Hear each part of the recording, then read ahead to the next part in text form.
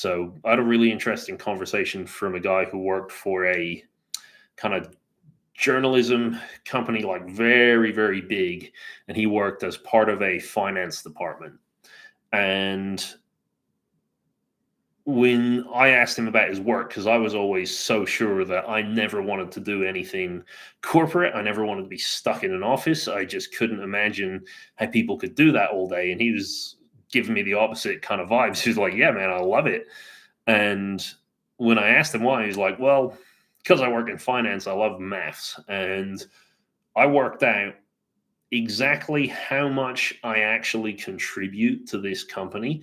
Even on my worst day, if I make the biggest screw up and mistake that I've ever made in my life, or if I have like the best day where I get more work and more whatever done, I still only affect the company by like 0.00005% or something like that.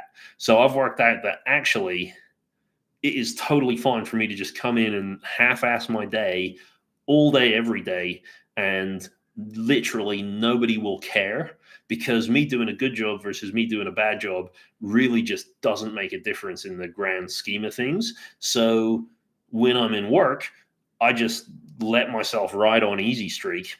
And then I start being able to think about, like, well, what do I want to actually achieve with my life? And what am I going to do after work? Can I go out for drinks with friends? Can I think about starting a family? Am I going to plan out like my holidays? I've actually got these 8 hours of my workday where all these thoughts can just be bouncing around in my head, because I'm just going to do my job on autopilot and not think about it. And that's a very big contrast from how I thought somebody would have to interact with a job like that, where it's like, no, everything that you do matters and you can't make a mistake, but it's all super boring and it still feels like you're not making a difference. Because, if you've worked out you don't make a difference to the company, then surely you should just feel like everything that you're doing is pointless. But just by having the ability to sort of reframe that of like, if I work for this company, am I really giving it all of this emotional investment? And if I am giving it all of this emotional investment, is that wise? So, for my own case, when I was dealing with burnout, the solution was, when I work in this big company, I can't really make the changes and differences that I want to be able to make.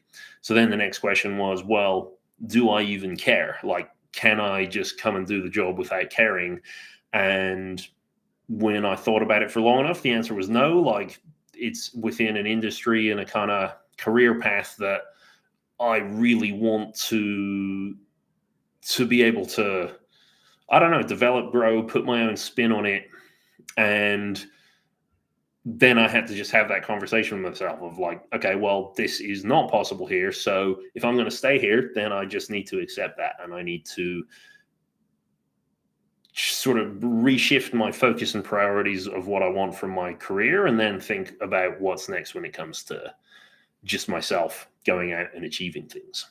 Don't worry, this isn't the advice on how to combat burnout with movement. This is just one of the first steps, which is just figuring out like, what is actually causing the burnout in the first place? Because usually you will find, if you don't address that, if you don't try to reconnect with your priorities in life, the next thing that you move on to, you're probably going to find that you're already in the habit of kind of running yourself into the ground.